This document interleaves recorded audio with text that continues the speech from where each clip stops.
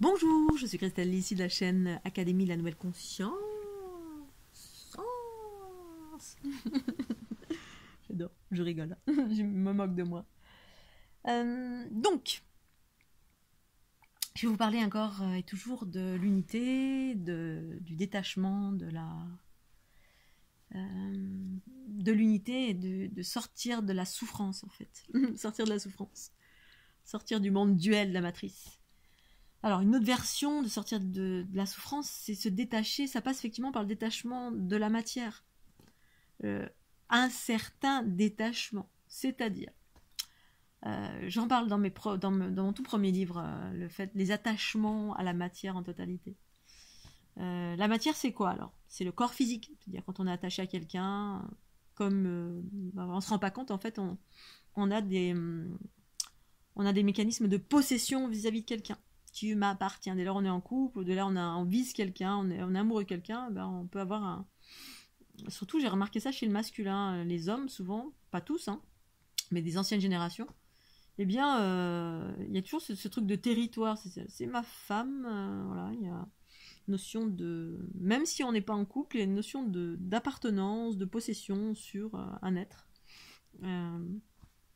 Comme on exerce... on exerce ce comportement de la même façon vis-à-vis de la matière que nous avons.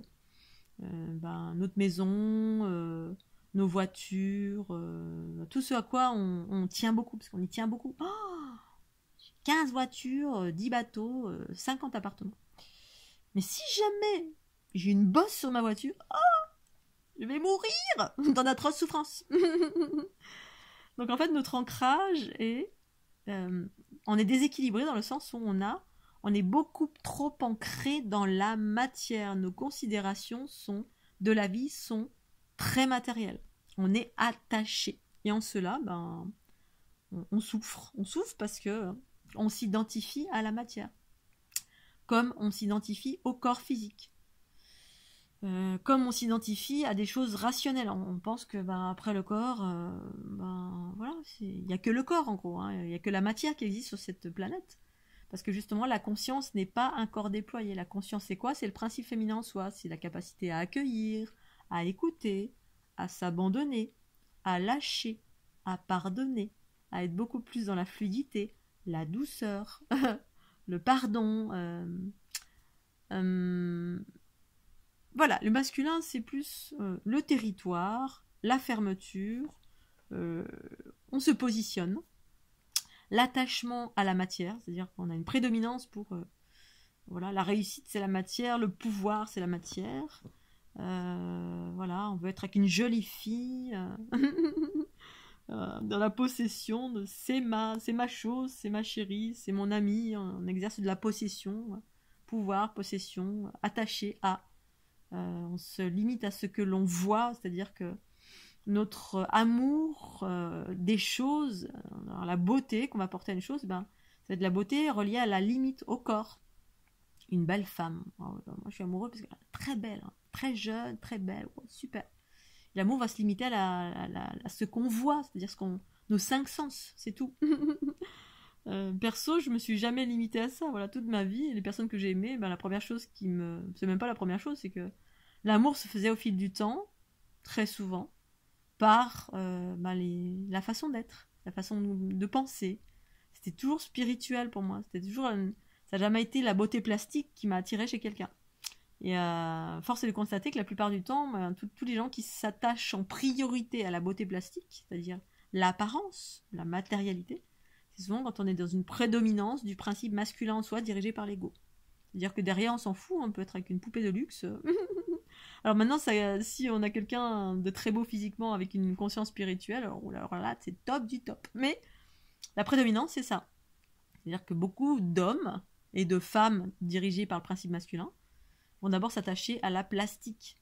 Donc un corps comme ceci, des gros seins comme cela, une façon de danser, quelque chose qui va dégager très sensuel, très féminin. Mais surtout relié à la plastique, qui va faire que je la veux.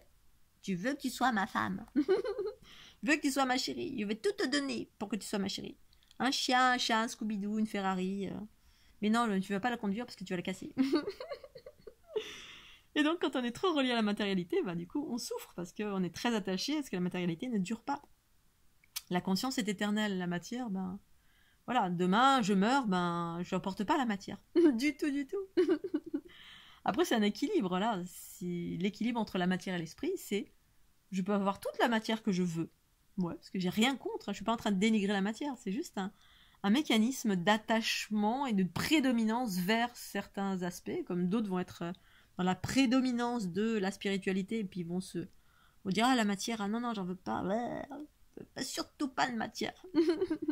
Alors c'est vrai que la matière elle apporte beaucoup de complications parce qu'on y est trop attaché.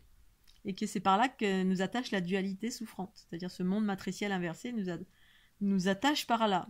Mais pas que par là, il y a aussi d'autres mécanismes très très subtils qui circulent dans l'invisible et bien qui aussi nous, nous accrochent.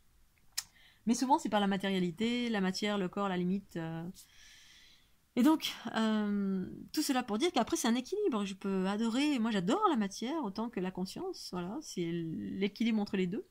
Sauf que si demain je perds tout, je perds tout. Voilà. Je perds mon camion, m'a volé 10 000 euros, mon premier camion, deuxième camion, j'ai plus de... Voilà, il y a plein de choses qui ont pu disparaître, où j'ai donné dans ma vie, j'ai donné des voitures, parce que voilà, ça marchait plus, j'en avais marre. J'ai mis à la casse alors que j'avais plus ma carte grise, la voiture me fonctionnait très bien. Moi, je me suis abandonnée, abrogée de plein de choses matérielles. Parce que de garder, ça alourdit. Et bien après, ça dépend si vous y êtes attaché ou pas. Si le fait de vous détacher, ça crée beaucoup de souffrance, et souvent c'est ça. Même moi qui me suis détachée en nombreux aspects de ma vie, je me suis détachée de la matière. Quand il y en a beaucoup, il apporte un attachement. Ah oui, putain, j'aime bien cet endroit, si demain je le quitte, oh, voilà. Et puis la conscience, quand il y a un équilibre, très rapidement la conscience me dit, ne t'inquiète pas, c'est de la matière, ça va revenir. Ça revient, ça circule. Ça va, ça vient. Voilà, plein de fois j'ai donné, et puis voilà, et après c'est un équilibre entre les deux. J'ai aussi un ami, une fois, pas du tout dans la matière, mais plus dans la conscience. Une amie lui prête une voiture, et il était tellement pas dans la matière qu'il a garé la voiture, mais complètement de traviole. Il avait fait 15 bosses dessus, et là je lui disais, mais quand même, ouais, mais là, la matière et moi, tu sais, mais quand même, tu en prends soin. C'est un équilibre, parce que la matière, j'en prends soin. Alors moi, je vais prendre soin de la matière à l'image de prendre soin de mon corps. C'est-à-dire, ils mettent de l'amour et non pas du rejet ou du dénigrement au point que je prends la voiture de quelqu'un et puis j'ai tellement pas de conscience de la matière que je vais faire plein de bosses, je vais me garer comme un zouave au milieu de la route. Et j'avais vu à quel point cela, mon ami, était désancré de la matière. C'est-à-dire, oh non, la matière, c'est qu'une voiture, c'est pas grave. Oui, mais enfin, quand même, elle te permet de rouler. Voilà, reconnaître quand même les aspects positifs de la matière parce que je suis incarnée. Et que la matière, pour moi, à partir de ma conscience, dans une notion détachée, mais voilà, pas trop quand même, c'est un équilibre. Cette matière, je rends grâce dans le sens où, oui, c'est agréable d'avoir un véhicule qui me transporte d'un point A à un point B. Oui, je mets de l'amour dans tous les espaces de. Là, j'ai une gratitude au quotidien d'avoir ce bel espace dans lequel je vis, que j'ai, voilà, à ma façon. Oui, j'ai un télescope, je suis en gratitude. Demain, je l'ai plus, je l'ai plus. Puis voilà. C'est ça, c'est qu'en fait, si ça disparaît, c'est pas grave. Parce que ça peut se renouveler, parce que j'ai pas mis ma conscience, je me suis pas identifiée à. Voilà. J'ai 15 voitures, et puis que j'ai quelqu'un, je rencontre quelqu'un qui a besoin d'une voiture, et puis voilà, je pourrais lui donner même limite une voiture, parce que oui, j'en ai 15, là, j'ai une Porsche là dans mon garage, je l'utilise pas, tiens, je te la donne. Ça sert à ça aussi, la matière, ça sert à faire des cadeaux. Quand j'étais très abondante d'argent et encore plus que je ne le suis maintenant, avec de l'argent, m'est arrivé d'offrir d'offrir, c'est-à-dire donner. Alors moi, on m'a donné des voitures aussi, mais moi aussi d'offrir, par exemple, un billet d'avion à plusieurs reprises à quelqu'un que j'aimais, sans pour autant que ce soit avec moi, tu vois. On peut, quand je suis dans l'opulence de quelque chose, des fois, je me débarrasse de plein de choses ici, je vais donner, hein, naturellement. Je vais chez mes voisins, je fais tiens, tu veux ça, que ce soit une casserole, que ce soit une mobilette, que ce soit une voiture, voilà, si je suis dans l'abondance de voitures, de ci, de là, ou n'importe quoi, puis que j'en ai pas le besoin, que je peux me détacher, je peux faire plaisir à quelqu'un qui, elle ou lui, a beaucoup moins et a besoin. Je lui dis, tiens, je vais te donner ma voiture, tiens, t'as pas de sous, t'as besoin, je te la donne. Comme là, j'ai donné mon camion, moi, je l'ai quasiment donné à 100 euros. Bon, je suis revenue dessus parce que Je sentais les problèmes qui allaient arriver, mais j'étais limite en train de donner, je m'en fous. Quelqu'un qui avait besoin, qui avait pas d'argent, qui était dans la... Et pourtant, je suis pas dans l'abondance, mais je considère que j'étais dans une certaine forme d'abondance. Parce que voilà, j'avais pas un besoin particulier. Par contre, quand on est trop dans la matière, on devient comme un picsou en gros. Hein. On remplit le coffre, il est rempli. On achète, puis voilà, puis après quoi? Après je meurs. Mais c'est aussi le partage de la matière. Quand il y a beaucoup de matière, pour moi, ce que ça m'a appris ça m'a appris quand j'étais abondante de matière, pour moi-même d'abord en priorité. Parce que si je me mets à donner et puis que de donner ça me prive, là c'est pas juste, on est dans le sacrifice. Par contre, quand je suis abondante d'une chose, là comme les tomates dans mon jardin, j'ai fait des petites jardinières pour moi, parce que c'est moi en priorité. Et voilà, au début, peut-être que mes voisins se disaient ouais quand même, elles donnent pas de tomates et tout. Peut-être qu'ils avaient des appréciations qui étaient ce qu'elles étaient. Parce que moi d'abord, je veux me combler, me remplir moi, ce qui me semble juste et parfait pour moi. Et quand je suis dans l'abondance pour moi-même, une abondance propre à moi, c'est-à-dire je cueille un bol de petites tomates cerises. J'ai pas de frigo, rien, donc je vais les manger. Puis j'avais 2 bols, 3 bols, et j'ai donné le surplus à mes voisins. Et dès que je suis dans l'abondance de quelque chose, je peux partager. Quelle que soit cette chose. Une tomate, une casserole, une mobilette, une voiture, une maison. Voilà, quand tu es dans l'abondance matérielle, offre à ceux que tu aimes, offre à ceux qui ont besoin. Le nombre de fois j'ai aidé des gens dans la rue qui étaient dans le besoin, moi j'avais pas grand chose, quelqu'un qui était dans la rue, il n'y avait pas de maison, SOS, tu peux pas me loger, j'avais rien, j'avais juste une tente, je dormais dans mon camion, oui, ok, d'accord, tiens, va là-bas, j'ai une tente, tu dors dedans, je vais apporter de la nourriture, j'en avais pas beaucoup pour moi, je vais donner la moitié, parce qu'il avait moins que moi, et parce que voilà, ça sert à ça aussi la matière, c'est l'équilibre entre l'esprit et la matière, mais ne pas s'identifier pour moi à la matière, puisque quand on meurt, la matière... Voilà, on s'est comblé de ça, mais ça sert aussi à combler, à faire plaisir, ça sert à plein de choses. Et surtout, si ça disparaît, ne pas s'identifier, parce que du coup, le jour où vous perdez votre voiture, vous perdez votre maison, vous avez une bosse ou sur une voiture, et puis que ça vous met dans un état complètement comme si la voiture c'était vous. Voilà, ça, la plupart des masculins, c'est ça, hein, mon papa y compris. Hein. Jamais prêté son véhicule toute sa vie, il est tout neuf, hein, ça fait 30 ans qu'il l'a. J'ai jamais pu conduire sa voiture parce que tellement peur qu'il y ait un accident, une bosse, n'importe quoi. Parce que soit c'est arrivé dans sa vie, soit il y a une blessure, du coup, oh là là, ça m'est arrivé, donc du coup j'ai eu une bosse. Donc je ne fais plus jamais confiance. C'est ça l'extrême du masculin. Et puis l'extrême du féminin, c'est j'en ai rien à foutre, la matière, pour aller je fais plein de bosses, c'est pas grave. Il y a un équilibre dans les deux aspects. Voilà.